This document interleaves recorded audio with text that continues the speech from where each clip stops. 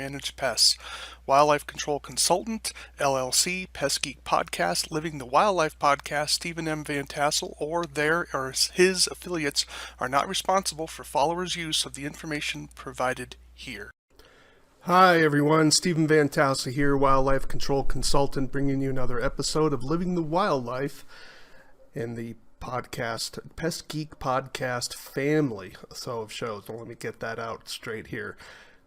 Glad to have you on board here. Hope you've been enjoying your week. And of course, I'm recording on the weekend of Labor Day, so it's Friday evening for me. So I'm trying to get a recording out here because I'm going to be going away here pretty quick. Do take a few moments, if you would, to subscribe to the channel, ring the bell, make sure you're subscribed so that you get updates on the podcast. So if you're visiting us from one of the video channels, I post my videos, of course, on Rumble. So if you want to go over to Rumble, you can certainly visit them there. And I believe Franklin posts our videos up both on the Pest Geek Podcast website.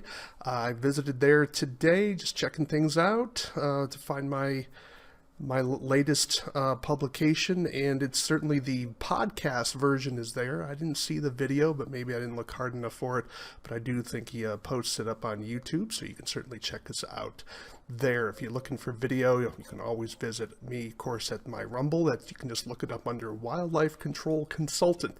That's also how you can reach me on the basis of email. You can reach me at wildlifecontrolconsultant@gmail.com, wildlifecontrolconsultant@gmail.com. Of course, you can also visit me at my website, wildlifecontrolconsultant.com. And so remember, there's no S on the end of consultant, just a .com there. Before I get into what I wanted to talk about today, I do want to take a few moments and talk a little bit about sometimes when I'm getting questions from the field. I do appreciate your questions, but I want to make sure everyone's clear on the issue of when I say you can certainly ask questions, I'm looking for questions that can be useful for a show. So if you're doing that, love it. Happy to do that because that gives me ideas for the show, for things that people are interested in.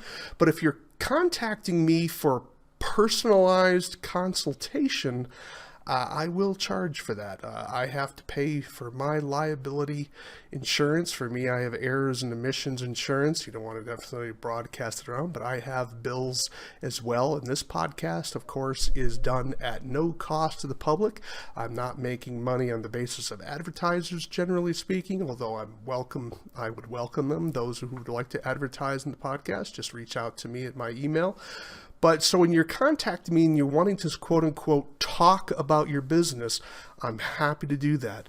But I do charge for that particular service. And so then there's a 1 hour minimum. Of course, if you're not looking to pay, you can certainly do some research. There's not many Vantassels in the world. You can certainly visit academia.com, and you can go to academia.edu, which is a place where I post the vast majority of my articles, and there is, I think, probably close to 200, perhaps, just thinking off the head, maybe 150. All that, of course, is freely available for you to download. It just requires you want to save money. You need to do a little bit of reading and some research. Of course, I have publications. I have the Wildlife Removal Handbook. I have the Wildlife Damage Inspection Handbook. I have Phil Nichols's book.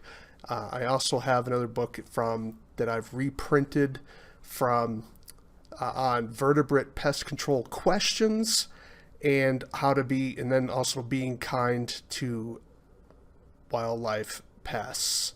So I have a fair amount, and of course my feral cat publication. So I have a wide amount of material at either no cost or minimal cost, because my most expensive book is the Wildlife Damage Inspection book, and that's about $75 post-paid, but also that's a full color publication, and it's quite large. A lot of research involved in that.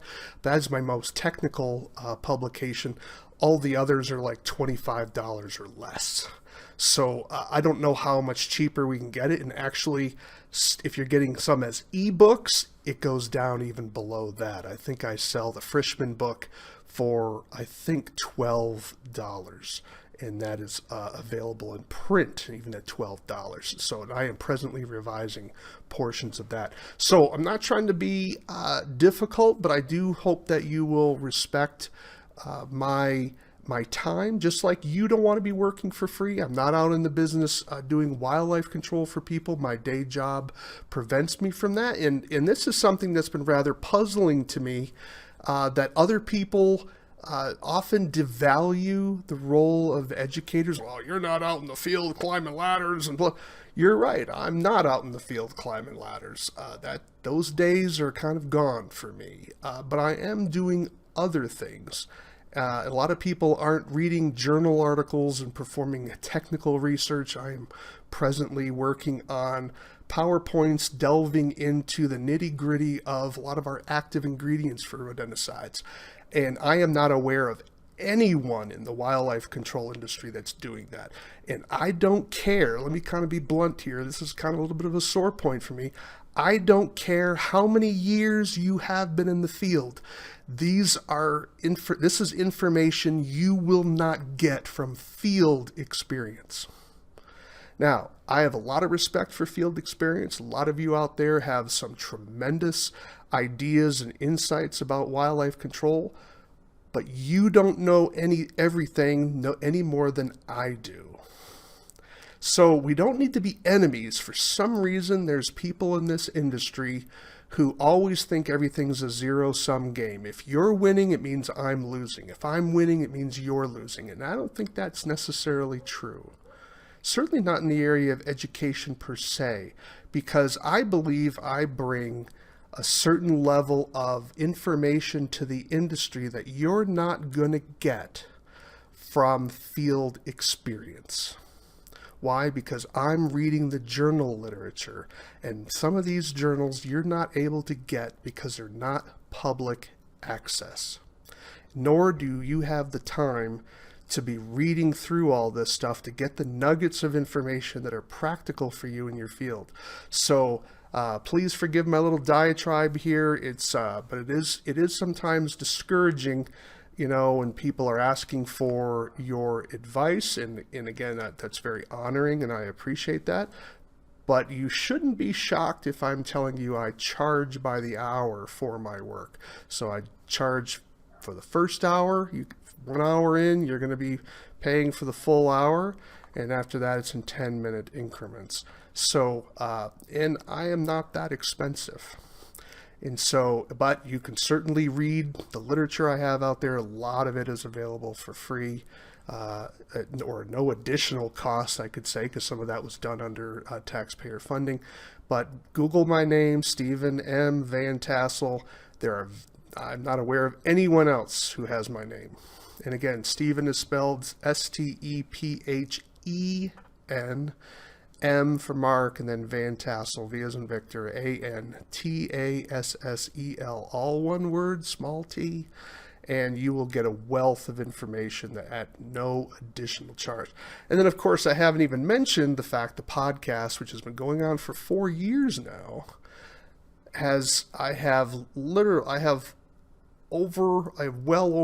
close to, I think, 200 podcasts already that have been published. And so, again, there's a wealth of information is there. You just have to do a little bit of work. If you don't want to pay me, that's fine. It depends on how expensive your time is. But for those of you, but if you're serious about starting your business and you want some insights and inputs, if you're coming to me, I will charge you for that. But if you have questions that I can certainly use as a show, by all means submit it, and you might get it for free, the information you're looking for. You just don't necessarily know when it's going to come out.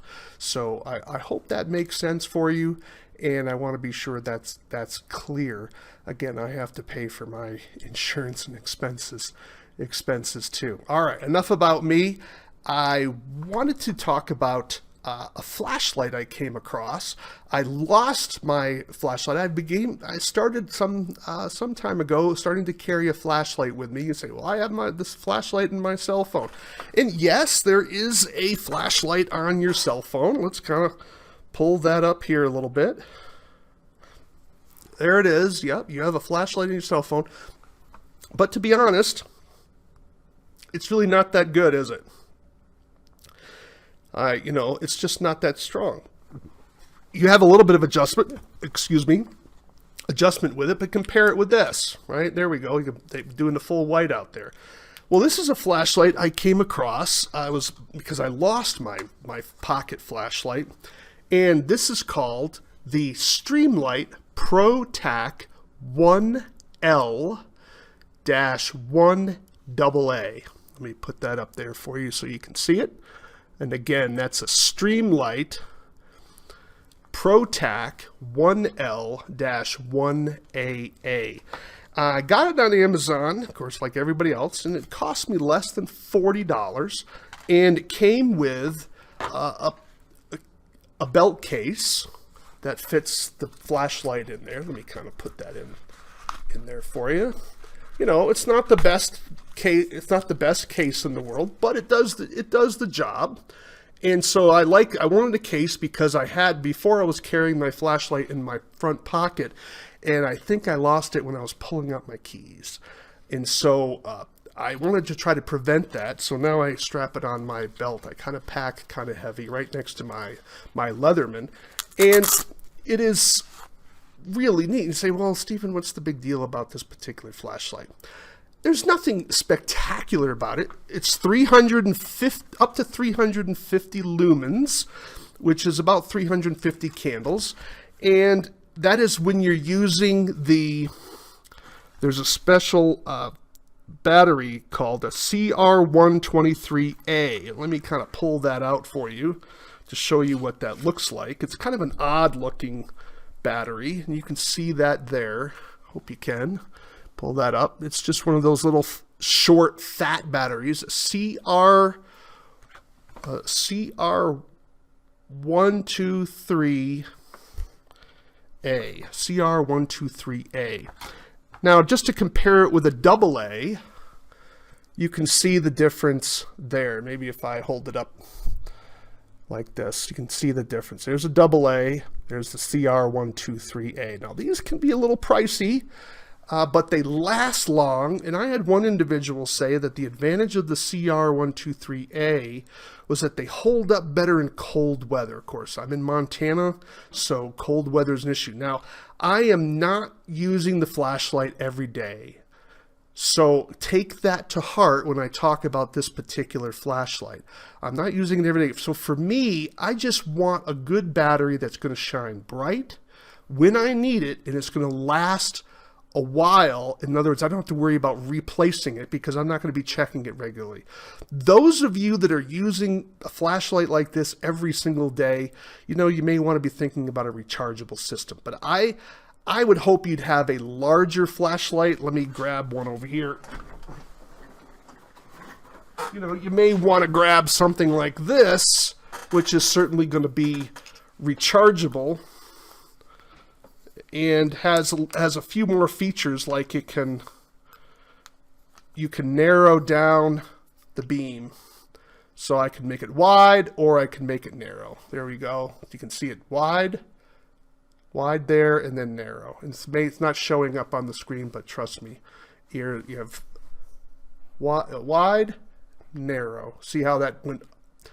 Wide, narrow. Well, this particular flashlight, the Streamlight, doesn't do that. So that's one disadvantage of this particular flashlight, is you don't have that kind of granularity and control over the amount of the sweep of the flashlight, right? So it just comes out at one fixed width, and of course the farther away, the more it spreads out. So that is a problem. But for me, this is more of something in an emergency if I need it. One of the things you want to think about, you always want to carry two sources of light when you're going into a crawl space.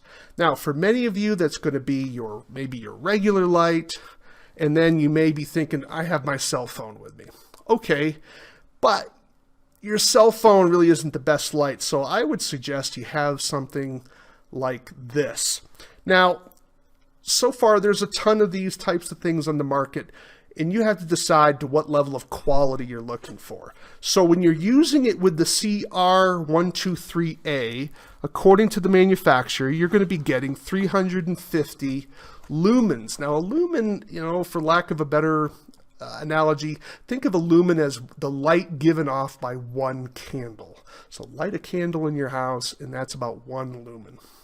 So think of it as 350 candles, and then it's being directed. Lumens measures how much light is being thrown off from a source. Now, understand that in our industry, we don't really care how much light's being thrown off. We want to know how much light is getting to the object we're trying to see. That's more important, because if so much of it's being dispersed, it becomes irrelevant. However, there's a lot of fluctuation that can occur with how to evaluate how much light gets to the source. So the industry standard now is sort of lumens. It used to be candle power, but now it's lumens. And so generally speaking, the more lumens you have, the more light you're going to be getting. Well, certainly you're going to be getting more light from the source, but it may not be necessarily going where you want it. That's a function of the mirror of the flashlight, right? And how good the lens is on the flashlight. You can see with this particular flashlight, you may not be able to see it, but it has a rather large bulb on it, and so sometimes they will have glass that's sort of concave in certain ways, trying to focus the beam, and so that is where it can concentrate the light to where you want it. So sometimes a flashlight with a lower lumens actually appears brighter to you because the lumens are being used and thrown more efficiently at an object, as opposed to just simply being dispersed all over the place. Does that sort of make sense? Think of the difference between the light of a candle, because the light of a candle is lighting up a room 360 degrees, but you may not, but it's very dim when you're trying to see something. But if you could put a mirror on that and then concentrate that light, now that one candle is throwing the light in one direction, and that one spot is going to be a whole lot brighter than the area behind it. And so that's another function of flashlights. So when we're thinking about flashlights as well, you also want to think about its durability. But before I get to that, let's talk about some other aspects of this particular Streamlight camera. So I told you that the battery that I was using was the I didn't lose it, was the CR123A, this little fat thing here, okay? Now that will give you the most lumens because it's a more powerful, concentrated battery power. But the thing I enjoyed about this particular flashlight is it can actually use a AA. That is so cool. I could drop a AA in there, push this in, and it will use a AA. Voila. Now, you're not going to get as much brightness out of it because the AA is not as powerful of a battery as a CR123A. So that was kind of news to me. And according to this chart, it says that when you're using an alkaline, a AA alkaline battery, you're going to get 150 lumens. And it'll run for 1 hour, 20 minutes at high, and 7 hours and 30 minutes at low. Now, I haven't noticed a low setting on here, so I may not be using this completely as well. But it says you can get 1 hour and 20 minutes on high. So let's assume you get an hour and 20 minutes of light off of a AA alkaline battery. Now, if you use a AA lithium battery, you will get 150 lumens, but it will run for 4 hours and 15 minutes. So as a rule of thumb, you want to kind of get the lithium. I'm a big fan of the Ever Ready lithium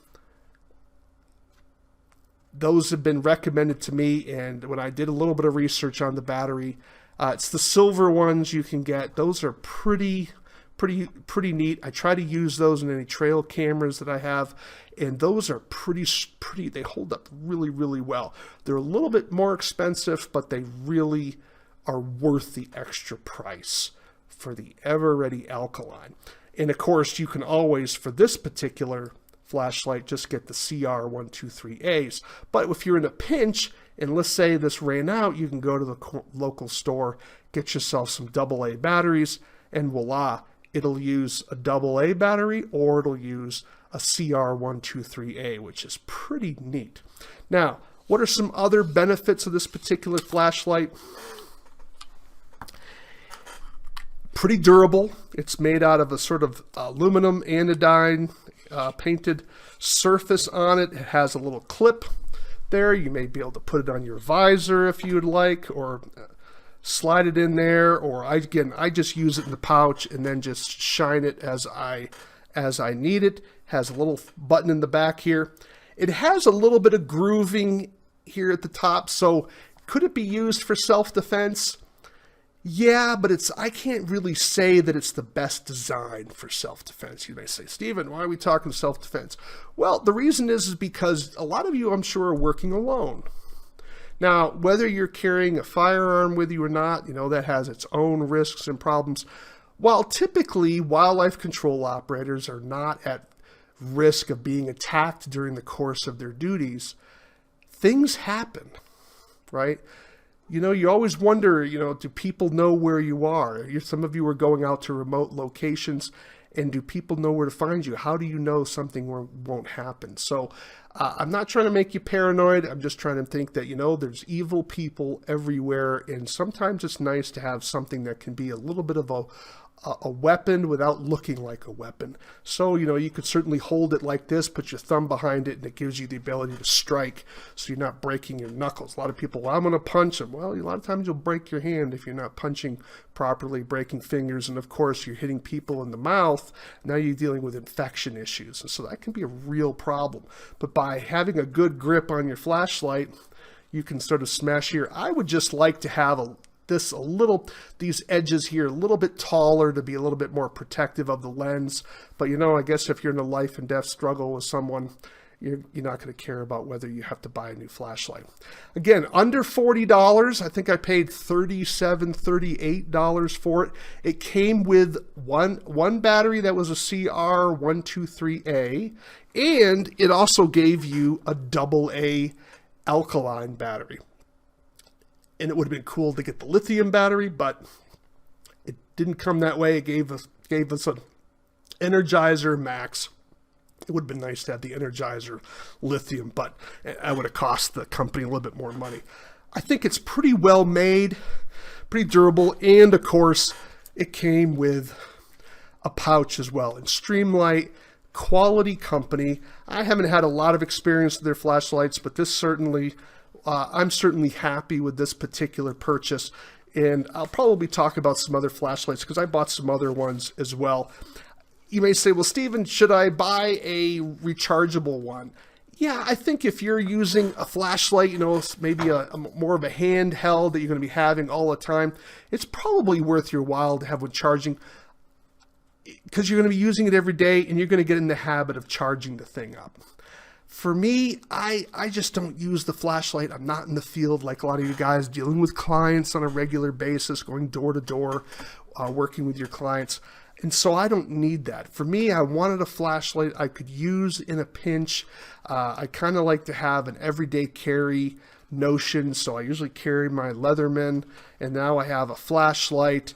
I don't have something that makes fire per se, but that's probably something else I want to add, because here in Montana, you can be, the weather can change pretty quickly, and we can go to some pretty remote places, and things happen.